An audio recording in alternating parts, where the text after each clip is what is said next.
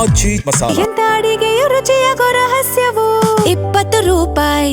ಇವತ್ತಿನ ಕಾರ್ಯಕ್ರಮದಲ್ಲಿ ಈ ಗುರು ಉಚ್ಚ ಸ್ಥಾನದಲ್ಲಿದ್ರೆ ಯಾವ ರಾಶಿಗೆ ಯಾವ ರೀತಿ ಫಲಾನು ಸಿಗುತ್ತೆ ಅನ್ನೋದ್ರ ಬಗ್ಗೆ ಸಾಕಷ್ಟು ತಿಳಿಸ್ಕೊಟ್ಟಿದ್ರು ಮಾಹಿತಿಯನ್ನ.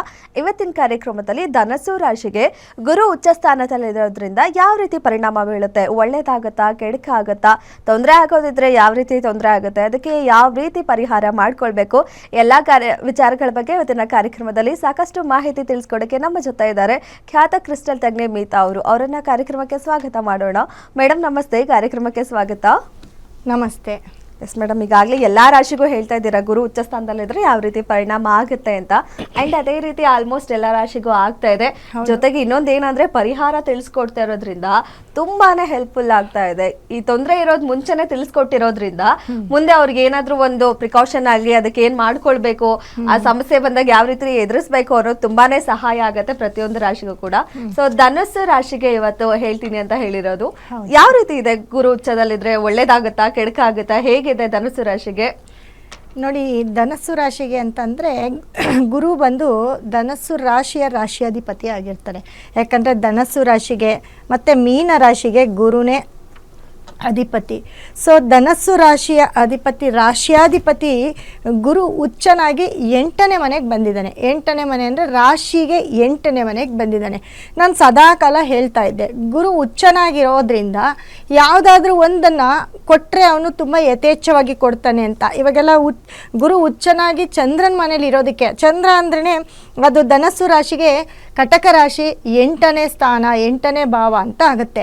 ಇವಾಗ ನಾವು 8ನೇ ಮನೆ ಅಂತ ಅಂದರೆ ಏನಂತೀವಿ, ನಮ್ಮ ಕೆಲವೊಂದು ಗುಪ್ತ ವಿಚಾರಗಳು, ಸಡನ್ ಲಾಟ್ರಿ ಆಗುವಂಥದ್ದು, ಅಥವಾ ಏನೆಲ್ಲ ಸೀಕ್ರೆಟ್ ಇರುತ್ತೆ, ಮತ್ತು ಸಡನ್ನಾಗಿ ಶಾಕಿಂಗ್ ನ್ಯೂಸ್ ಕೊಡ್ತಕ್ಕಂಥದ್ದು, ಇದೆಲ್ಲವೂ ಕೂಡ 8ನೇ ಮನೆ ಅಂತ ಹೇಳ್ತೀವಿ.